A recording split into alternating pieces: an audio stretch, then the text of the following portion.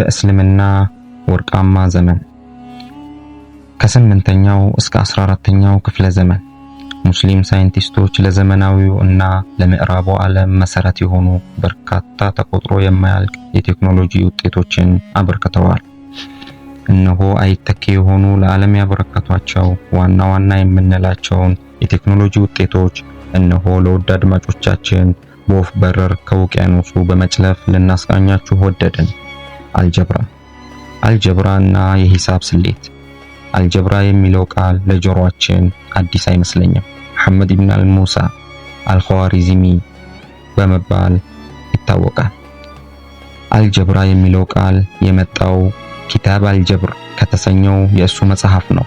እርሱም ለመጀመሪያ ጊዜ እኩልዮሾችን በስልታዊ መንገድ መፍታት የሚቻልበትን መንገድ ቀረጸ። ጥቅሙም ይህ ግኝት ለዘመናዊው የኮምፒውተር ሳይንስ፣ ለምህንድስና እና ለጠፈር ምርምር ስሌቶች መሰረት ሆኗል። አልጎሪዝም የሚለው ቃል ከስሙ የመነጨ ነው።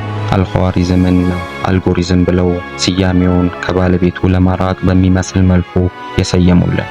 ለዚህ ደግሞ የኛ የሙስሊሞች ከንባብ ወደ ኋላ መቅረታችን ለሌላው ሜዳው ሰፊ እንዲሆን አድርጎታል። ታሪካችንንም እንዳናውቅና የፈጠራ ባለቤትነቱ እንዲደበቅ አድርጓል። ለዚህ ችግር መፍትሄው ምንድነው ብዬ ራሴን ስጠይቅ የመጀመሪያው አንቀጽ ወይም ሱራ ሆኖ አግኝቼዋለሁ። እሱም ኢቅራ ወይም አንብብ ነበር የሚለው። ንባብ ለሁሉም ነገር መሰረት ነው እያልኩኝ እሰናበታችኋለሁ። በቀጣይ ዝግጅት እስክንገናኝ ድረስ አሰላሙ አለይኩም ወራህመቱላሂ ወበረካቱ።